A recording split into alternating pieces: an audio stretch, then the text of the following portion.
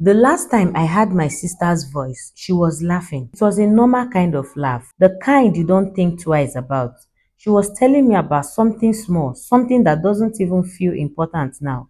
But that sound has stayed with me in a way I can't explain. If I had known that would be the last time I would hear her like that, I would have stayed on the phone longer. I would have asked more questions. I would have told her not to go out that night, but I didn't. And that's something I have to live with.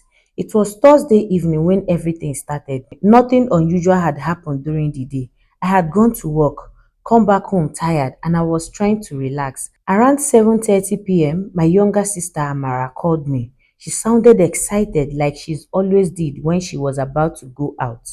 Big bro, I am going out with my friends tonight, she said. Where? I asked her. Just a small hangout, nothing serious, she replied. I remember telling her not to stay out late. It was something I say often, more out of habit than concern. Amara was responsible. She wasn't the kind of person that got into trouble. She didn't drink too much. She didn't follow bad company. She's always checked in. Don't worry, she said, laughing. I'll be back early. That was the last normal conversation we had. By 10:30 p.m., I sent her a message asking if she was on her way home. She didn't reply immediately, but that wasn't strange. Maybe the place was loud or she didn't see the message. I didn't think much about it.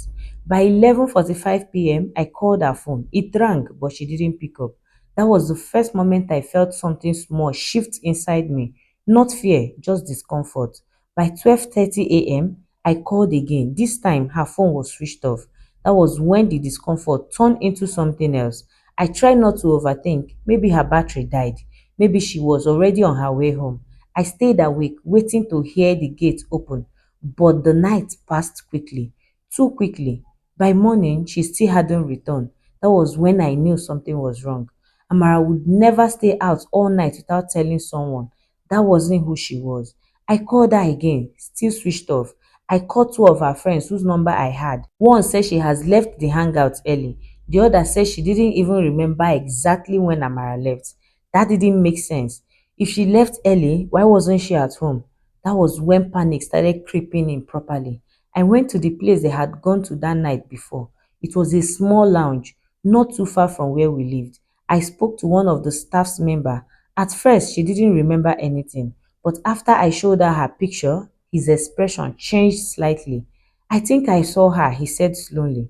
She left with someone. My heart dropped. With who? I asked immediately. He shook her head. I am not sure, a guy. That answer didn't help. Amara wasn't the type to just leave with random people. Something wasn't adding up. I asked if there were cameras. He hesitated then said yes, but he told me I would need management approval to view anything. That was when frustration started mixing with fear. Time was passing and I didn't know where my sister was. I went back home and I told my mother everything. The look on her face changed immediately. At first, she tried to stay calm. She said maybe Amara had slept over at her friend's place, but I could see it in her eyes. She was so scared too. By afternoon, we went to the police station. Filing a missing person report felt unreal. It felt like something that had happened to other people, not us. The officer asked questions. What was she wearing? Where she was last seen? Who she was with? Answering those questions made everything feel more serious, more real, and more dangerous. The police told us to remain calm and said they would look into it, but something about the way they said it didn't reassure me. It felt routine, like they had seen it before, like this was just another case. But to us, it wasn't just another case, it was everything. That night, I couldn't sleep. Every sound made me alert. Every passing car made me hope it was her, but she didn't come back. The next day, I returned to the lounge. This time, I didn't ask politely. I insisted.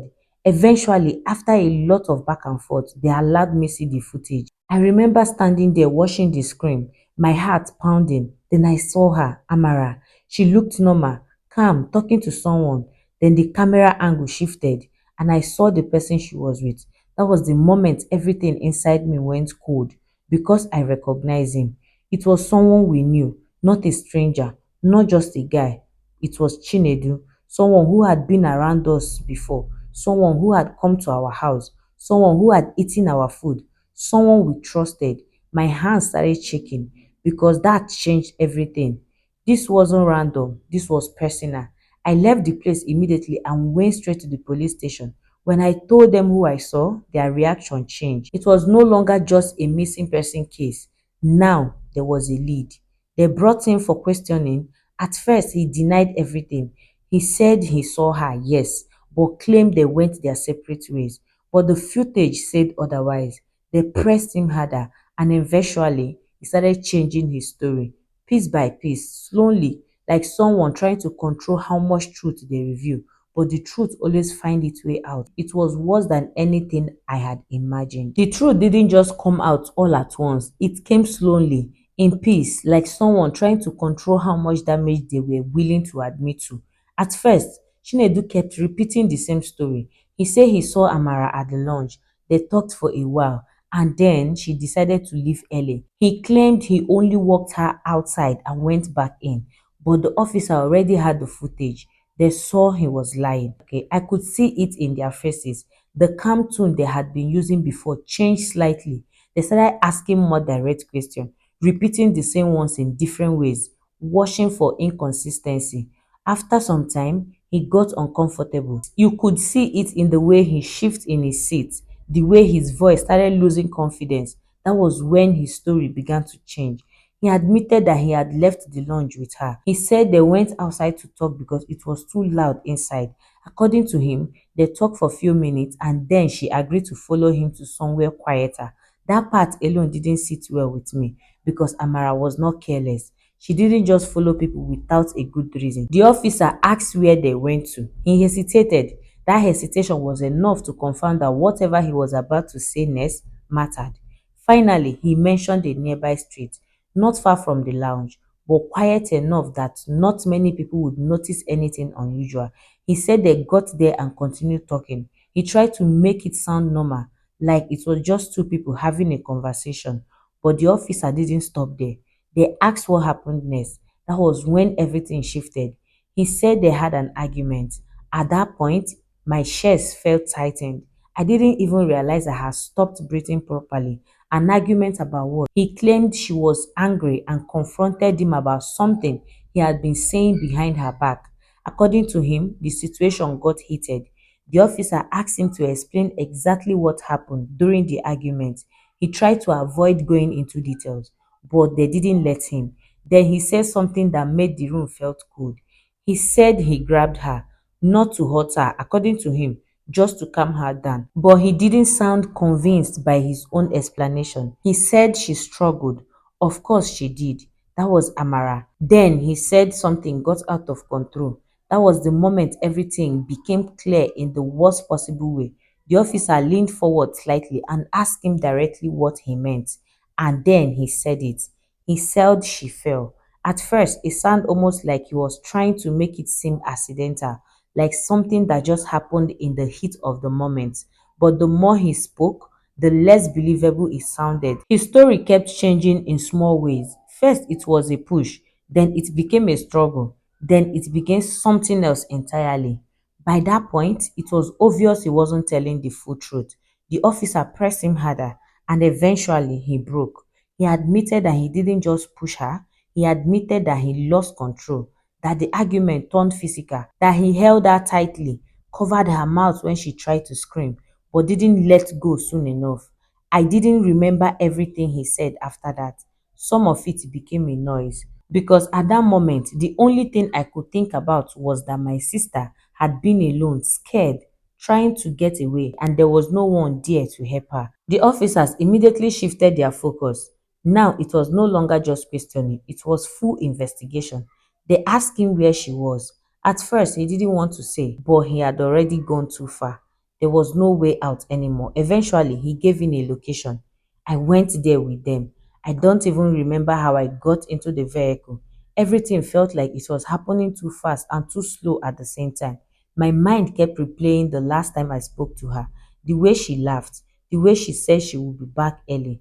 The place they mentioned was quiet, too quiet, the kind of place people pass without paying attention. When we got there, the officers searched the area carefully and then they found her. Nothing prepares you from seeing someone you love like that. Everything after that became a blur. There were statements to give, people to talk to, procedures to follow. The police handled the case seriously now. Okay, what started as a missing person report became something much bigger. Chinedu was charged. The case went to court, and for the first time since everything happened, I had to sit in the same space to ask him again. He didn't look the same. The confidence he once had was gone, but it didn't matter. Nothing about his situation could change what he has done.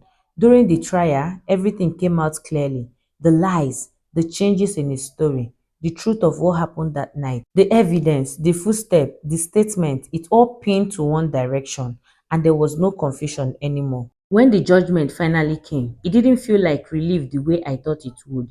It felt quiet, heavy, like something had ended, but something else would never begin again. Because justice didn't bring people back. It doesn't erase the memory of that night.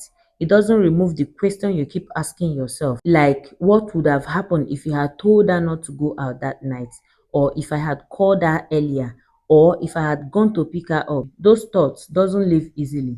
Even now, I still think about the last call, the way she laughed, the way everything felt normal. And sometimes that is the hardest part, because the worst moment in life doesn't come with warnings. Sometimes they start like any other normal day, and by the time you realize something is wrong, it is already too late. That night changed everything for me. It changed how I see people. It changed how I understand trust, because the person responsible wasn't a stranger hiding in the dark. It wasn't someone unknown or distant. It was someone we knew, someone who had been close enough to sit in our home, to share conversations, to act like nothing was wrong. And that is what made it harder to accept, because sometimes the danger isn't far away. Sometimes it is right there, where you least expect it, and you only see it clearly when it's already taking something from you that you can never get back. See you guys on the next.